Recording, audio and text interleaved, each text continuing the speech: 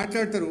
రాయలసీమ లిఫ్ట్ను ఆపిందే నేను చంద్రబాబు నాయుడు చెవులో చెప్పినా నేను చెప్పంగానే నేను ఆపిండట. అరే ఎట్లా అది ఆధారాలు చూపిస్తా చూడండి. అసలు బీఆర్ఎస్ రాయలసీమ మీద కొట్లాడలేదు, బీఆర్ఎస్ ఫెసిలిటేట్ చేసింది, బీఆర్ఎస్ రాయలసీమ లిఫ్ట్ ఇరిగేషన్కు అనుకూలంగా పనిచేసింది అని చెప్పి మాట్లాడతారు. ఇప్పుడు నేను దాని ఆధారాలు చూపిస్తాను.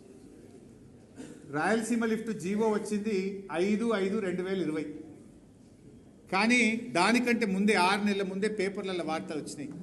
కాంగ్రెస్ ప్రభుత్వం ఇట్లా రాయలసీమ లిఫ్ట్కు ప్లాన్ చేయబోతుందని ప్రముఖ పత్రికల్లో, ఆ పత్రికల పేర్లు కూడా ఇక్కడనే చూడండి, V6, Sakshi, Andhrajyothi, Times of India, Indian Express, Eenadu, ఇట్లా చాలా పేపర్లు ఉన్నాయి.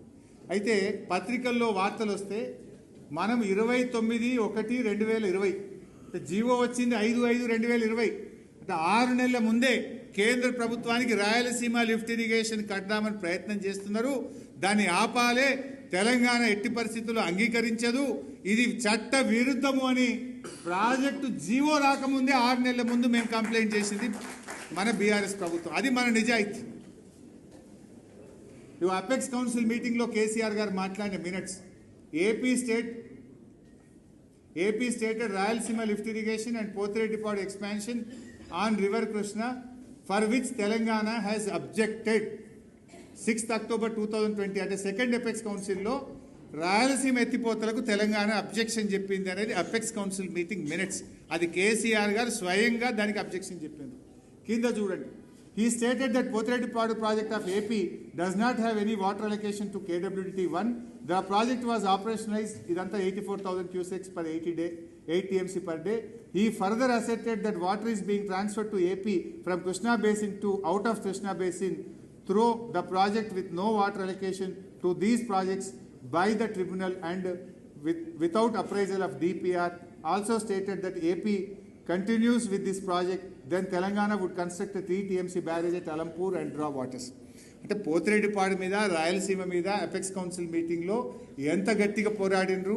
అవసరమైతే మేము బ్యారేజ్ కట్టి నీళ్లు గుంజుకుంటాము అని చెప్పి కూడా ఆనాడు ఆంధ్రప్రదేశ్ను కేంద్ర ప్రభుత్వాన్ని కలిపి హెచ్చరించారు. ఆగలే మనం ట్రిబ్యునల్ పోయినాం, గ్రీన్ ట్రిబ్యునల్కు.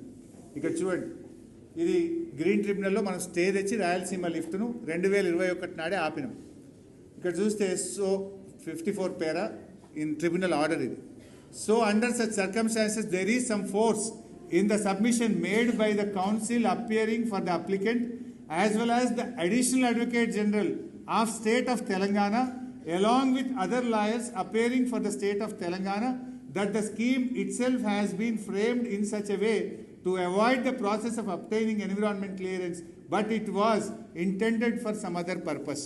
అంటే మన తెలంగాణ రాష్ట్రం తరఫున అడిషనల్ అడ్వకేట్ జనరల్ చాలా స్పష్టంగా ఎన్విరాన్మెంట్ క్లియరెన్స్ లేకుండా తప్పించుకోవడానికి ఈ ప్రాజెక్ట్ రూపకల్పన చేసిందని వాదించిండ్రు అని చెప్తూ ఆర్డర్ ఇచ్చింది tribunal. Last para 59.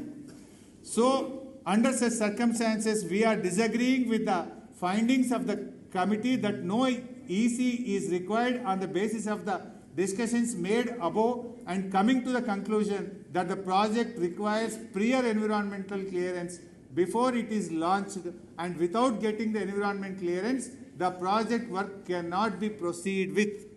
The project కొనసాగడానికి వీల్లేదు, ఆపేయండి అని చెప్పి గ్రీన్ ట్రిబ్యునల్ నుంచి ఆనాటి తెలంగాణ ప్రభుత్వం స్టే తెచ్చి రాయలసీమ ప్రాజెక్టు పనులను ఆపించింది.